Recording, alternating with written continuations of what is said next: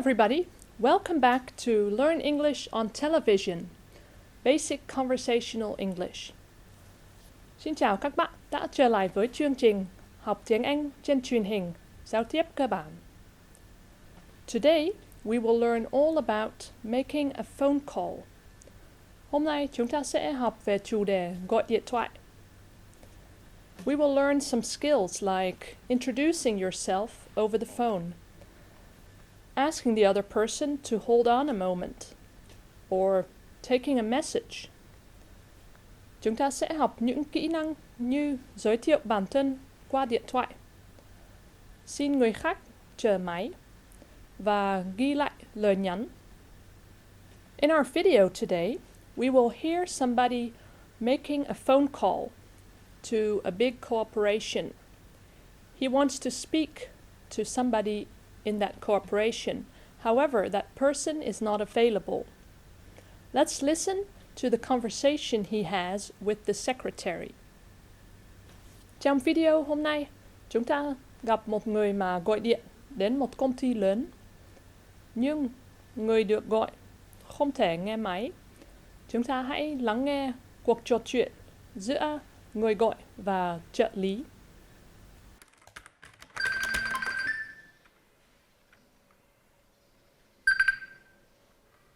Hello, thank you for calling Gang Theft Corporation. Jack Sparker speaking. How can I help you? Who's calling, please? I'm sorry, I didn't get your name. Can you please repeat it?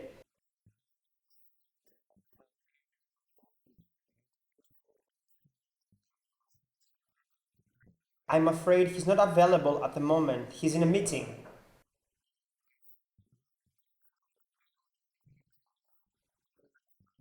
Just one moment, please. I'm just putting you through to Miss Cortez.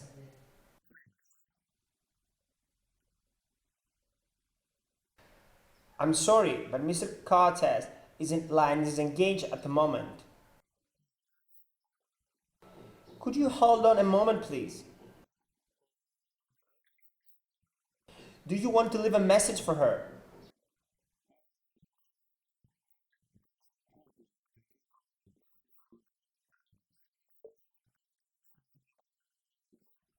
Oh, I'm sorry to hear that. What did you receive?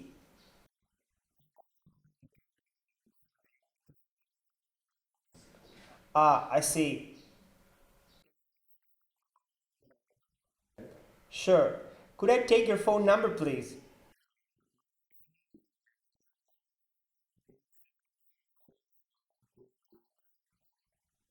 Can I just check the information? The sales department sent you the wrong catalogs and they need you to call back on 0987 333 888. Thank you for calling. I will make sure to give the message. Now let's learn some new words. Chúng ta hãy học từ mới. Repeat. To repeat. Hold on. To hold on. Put through. To put through. Message. A message. Engaged. Engaged. Problem. A problem. Mobile number. A mobile number. And lastly, information. Information. Next, we will learn some example sentences. I'm going to help you how to call in a formal way for work purposes. Tiếp theo, chúng ta học những mẫu câu. Tôi sẽ giúp các bạn gọi điện một cách trang trọng. Đấy không phải là gọi điện cho bạn, nhưng mà để phục vụ công việc. Let's start with Picking up the phone. Chúng ta hãy bắt đầu với việc nhấc máy. Hello. Thank you for calling. Sau đó tên của công ty. Sau đó tên của người nhấc máy. Speaking. How can I help you? Ví dụ. Hello. Thank you for calling Tiếp Corporation. Sally Parker speaking. How can I help you? Câu này mang ý nghĩa là xin chào, cảm ơn anh chị đã gọi đến. Tên công ty. Tôi là tên của người nhấc máy. Tôi có thể giúp gì được anh chị không? Now, how to introduce yourself. Bây giờ, cách giới thiệu bản thân. This is. Sau đó, tên của người gọi. From. Tên của công ty. Ví dụ. This is Alan J. from Thái Hưng Company. Câu này mang ý nghĩa là tôi là. Sau đó, nói tên của mình. Gọi từ công ty. Now, when the person calling hasn't given their name yet, you can ask them. Nếu mà người gọi chưa đưa ra tên của mình, thì bạn nhấc máy có thể hỏi. Who's calling, please? Who's calling, please? Tức là xin hỏi, ai đang gọi vậy? Một cách khác là Could I have your name, please? Could I have your name, please? Cũng là hỏi, ai đang gọi vậy? When we want to be forwarded to somebody else, or speak to somebody else, we say, nếu chúng ta muốn được nối máy hoặc là nói chuyện với người khác, chúng ta hỏi, Could I speak to. Sau đó tên của người đó, please. Ví dụ, Could I speak to Mr. Smith, please? Một cách khác là I'd like to speak to. Cũng là tôi muốn nói chuyện với. I'd like to speak to, for example, I'd like to speak to Miss Smith. When we haven't heard clearly, when we want the other to say it again, khi chúng ta chưa nghe rõ và muốn người khác nhắc lại, chúng ta có thể hỏi, Could you repeat it, please? Xin vui lòng nhắc lại. Could you repeat it, please? If we want the other person to hold on a moment, nếu mà chúng ta muốn người khác đợi máy một chút, chúng ta hỏi, Could you hold on a moment, please? Xin vui lòng chờ máy một chút. Could you hold on a moment, please? And maybe they will add, và có thể họ sẽ thêm cái câu, I'm just putting you through to. Tôi đang nối máy cho anh chị đến. Tôi đang nối máy anh chị tới người khác. I'm just putting you through to.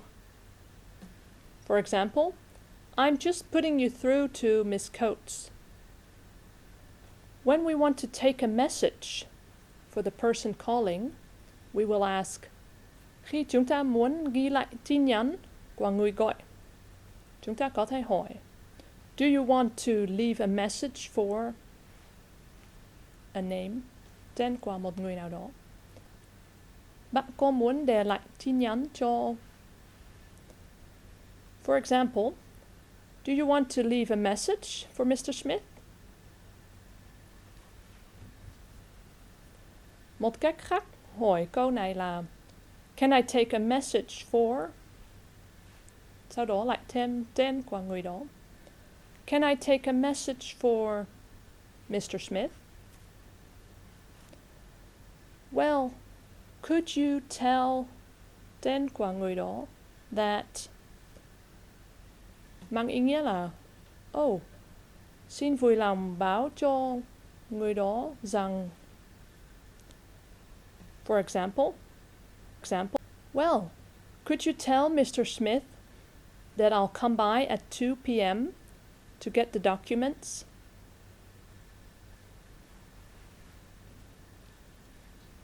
For this first exercise, you will need to connect two sides to make a complete sentence. Trong bài tập này, các bạn sẽ phải nối hai vế để tạo thành câu hoàn chỉnh. Tôi sẽ cho ví dụ. 1.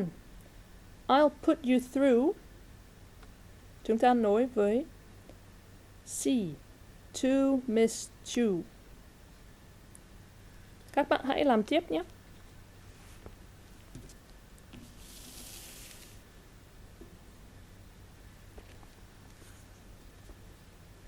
The answers. 2. Do you want B to leave a message for him? 3. Could you hold on E a moment, please? 4. Can you ask her, D, to call me back? 5. Could I have A, your name, please?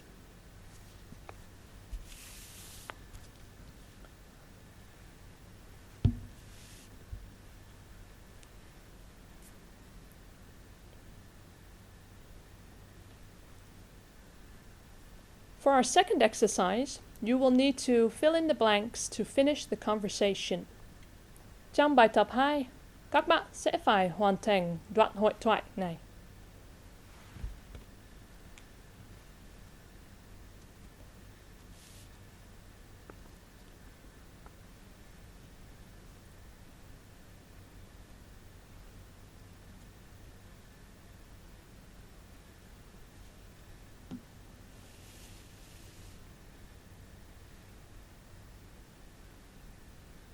Here are the answers.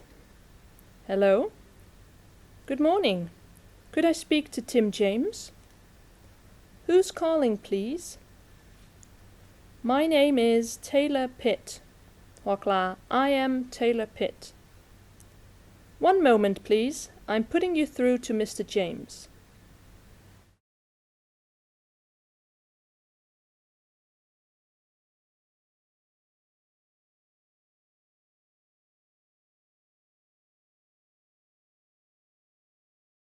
For our third exercise, you will need to rearrange words to make sentences.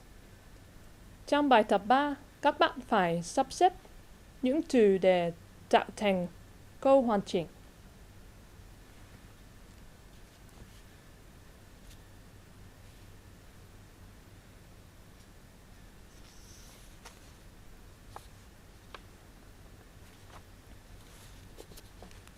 Chúng ta cùng kiểm tra nhé. 1. Could I have your name, please?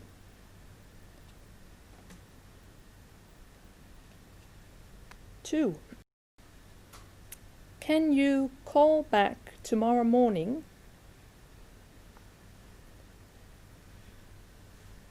3. Do you want to leave a message for my boss? 4. I'll put you through to the sales department. Our final exercise for today, bài tập cuối cùng hôm nay, we need to answer questions. And if you have a friend with you, you can ask and answer together. Bài tập cuối cùng hôm nay, các bạn sẽ phải trả lời câu hỏi. Và nếu các bạn xem cùng nhau thì hãy hỏi và trả lời cùng nhau nhé. Tôi sẽ đọc những câu hỏi. 1. What is your phone number? Tức là số điện thoại của bạn là gì? 2. Who do you call most often? Bạn gọi cho ai nhiều nhất? 3. How long do you spend on the phone every day? Mỗi ngày bạn mất bao nhiêu thời gian để gọi điện? Tất nhiên là chúng ta sẽ không kiểm tra cái bài này bởi vì là sẽ tùy từng người. Mỗi người sẽ có câu trả lời của riêng mình, nhưng tôi sẽ đưa ra câu trả lời của cá nhân nhé. 1. My phone number is 0986719902. 2. I call my mother most often. 3. I don't spend a lot of time on the phone every day. Probably only about 10 minutes.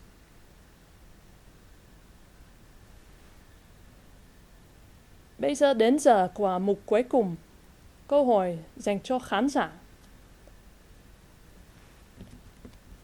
Question 1. What do you say when you want to speak to Mr. A? A. Can I take a message for Mr. A? B. Could I speak to Mr. A, please? C. I'm just putting you through to Mr. A. Question 2. What will you do if the person you are phoning is engaged? A. Introduce your name. B. Ask to repeat. C. Leave a message. And the final question. What do you say when you cannot hear what the other person on the phone is saying? A. Can you ask them to call me back? B. Could I have your name, please? Or C. Could you repeat it? Well, we've just finished lesson 21. Chúng ta vừa học xong bài 21. This lesson was about making a phone call, so I hope you will be confident doing that. Hôm nay chúng ta đã học về chủ đề gọi điện thoại. Tôi hy vọng các bạn sẽ tự tin lần sau mà gọi điện. Okay, see you soon for the next lesson. Bye!